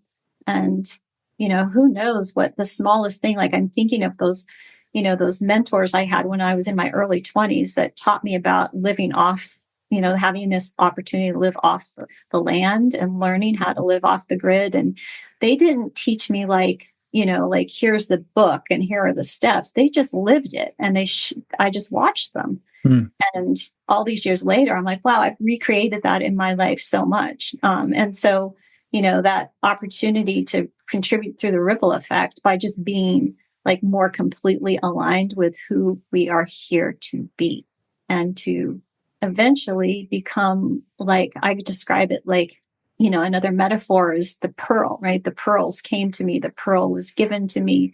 Like, what is a pearl? And, how's a pearl formed? There's an irritant in the oyster. Yes. So every age and stage, of our development, like there's, along with like the fun and the creativity, there's also irritants, Yeah. and they have to be like worked. And then slowly in the fullness of time, if we stay with our process and don't become lost, we become like living pearls. If you could imagine an ideal society in which children were raised in the ideal manner and each phase of life was lived in what you would conceive of as the ideal manner, what would that look like? This is a big question, but what would that look like, both individually and collectively? What kind of world would it be? Hmm. Hmm. Well, what kind of world would it be? I guess every child would be given that education from the beginning. Like they would be directly invited into communion and connection with that wisdom source within, and be mentored and guided in how to actualize their realizations or their feelings, their knowings into contribution, like to find their gift and then bring it into the world and be supported in being able to do that, and be, infused with a vision of possibility that is inspiring rather than degrading, about what it means to have a physical body, what it means to have a female body, if you're a female, a male body, whatever type of body you're given, what it means to be at these different ages and phases would all be like kind of described as desirable and good. So I guess education from the beginning, Yeah. spiritual education from the beginning. Yeah. I'll add to that if I may, and maybe you can elaborate more. But you think of all the problems in the world with climate change and social unrest and wars and poverty and famine and disease and drug abuse and all these things. I mean, any one of which almost seems unsolvable. And but ultimately, who's creating all that stuff? It's us. It's everybody in the world. It's just a reflection of our collective consciousness, our collective level of development or undevelopment. And, we're trying to tackle all these problems through political means and economic means and, and so on. So I heard the other day someone said, there isn't a poverty problem, there's an ethics problem. And you could kind of say that with all the different problems I just enumerated. It all comes back to the state of consciousness of each individual in the world, all 8 billion of them. And I don't know, I think that's important for people to contemplate, because if we, as Einstein said, if you try to solve a problem at the same level of consciousness or understanding at which it was created, you're bound to fail.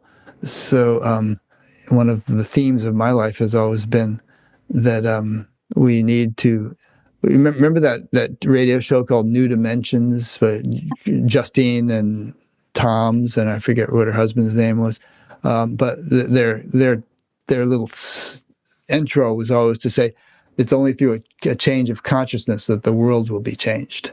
Mm-hmm. And I used to love that show. And I think that's what it boils down to, we obviously need all the other stuff. We need education and technologies and food things and all the different things that we need to make a world. But if we don't have the consciousness piece in place, then the foundation is missing, and we're always going to have all these problems. So I didn't mean to give such a speech, but I just wanted to make that point. Oh, that's beautiful. I couldn't agree more. And I also love hearing you share your wisdom. Yeah. Well, I'm standing on the shoulders of giants. I didn't dream any of this stuff up. Just things I've come to believe over the years based on my experiences and observations. Mm. And it is also part of what makes what you do so unique and beautiful, is that you do enter into the flow of communion with another soul and you share your side. Yeah, it's also the biggest criticism I get. People say, you talk too much. I just want to hear the guest. But people don't usually want to do a 2-hour monologue. They want to have a conversation. Yes. Well, because for me, speaking publicly is one of my fears, right? Mm-hmm. So the gentleness of being able to flow back and forth has been really important for me. And I knew it would be that way with you, which is why I said yes to this. And also because I really, I know that Spirit has shown throughout my lifetime that there are important ways that we can contribute to the creation of a better world through that shift in consciousness. And this project, The Woman's Right, and it's like RITE, right? The right. But also behind that is all the women's rights that are being challenged, that are not well established on the planet. There's an awareness of how the real pragmatic side, how will that change if we don't have a change of consciousness? Yeah. There are some politicians now who are actually saying women shouldn't be allowed to vote. If they want to take us back to the 1910s or something. There's a guy who has a political sign in his yard. We walk past it when we walk the dogs around the block. It says, "Take America back." And I'm thinking, where do you want to take it back to? The 1840s or something? I think moving forward is a better idea. Yeah. Now, if we look at his soul map, we'd probably see he has a karmic lesson in, some really fundamental area of like marriage, home, and family or something. I don't know. Yeah. But, zooming out to the big picture also helps me to stay in that more neutral space, even though I have preferences. Right? Yeah, exactly. Mm-hmm. Yeah. I mean, I totally agree.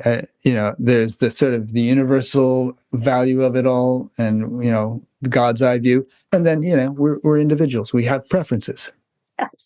Yes. So how can people get in touch with you? Oh, well, I know you're going to share my website. That's right. And a specific link to the Women's Right. Yes, I will. Project, and also I love doing the life maps if anyone's interested. I have trained some others to do that also. I am thinking about creating a monthly Zoom gathering for people who are interested in the topic of of illuminated aging, vivacious aging, um, and through the expansion of consciousness. And so I can give you more information about that. It's just, I'm going to see if there, just in my community, if there's an interest there. And if there I bet is, you there will be, just as a result of this interview. There'll probably be a lot of inquiries, and make sure you have some kind of email list people can sign up for. Yeah, on my website, there's a place to sign up for my newsletter, and there's Yeah. also contact me. Good. So So if somebody's watching this a few years from now, who knows what you might be doing, but go to your website and see what's going on. Yeah, and as I'm a baby elder, like I just stepped through the portal, right? And I'm like out in the space, and it's like it hasn't filled in yet. It's like, wow, I don't know what's next. Yeah. And I'm open. I'm befriending the unknown, and showing up here today with you has been part of that. Nice. Well, thanks, Georgette. I've really enjoyed doing this. And if I ever get out to Oregon, I'll come and visit you. And I don't know, I've never been to Oregon. It's one of the few states I've never been to. Oh, I'd love to you come visit. And please give Irene a big hug for me too. Will do. Okay, so thank you, everybody who has been watching this.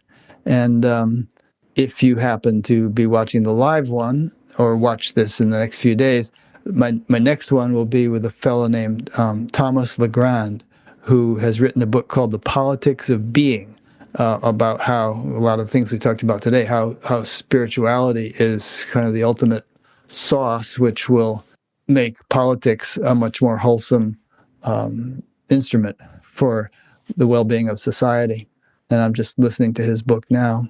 Interesting guy. He's been working with the United Nations for a couple of decades, doing all kinds of cool things. And he not grew up, but he has been in Thich Nhat Hanh's community in Plum Village in France for a long time. Okay, good. Talk to you later. Thanks, everybody. Thanks, Georgette. Thank you, Rick. Bye. Bye.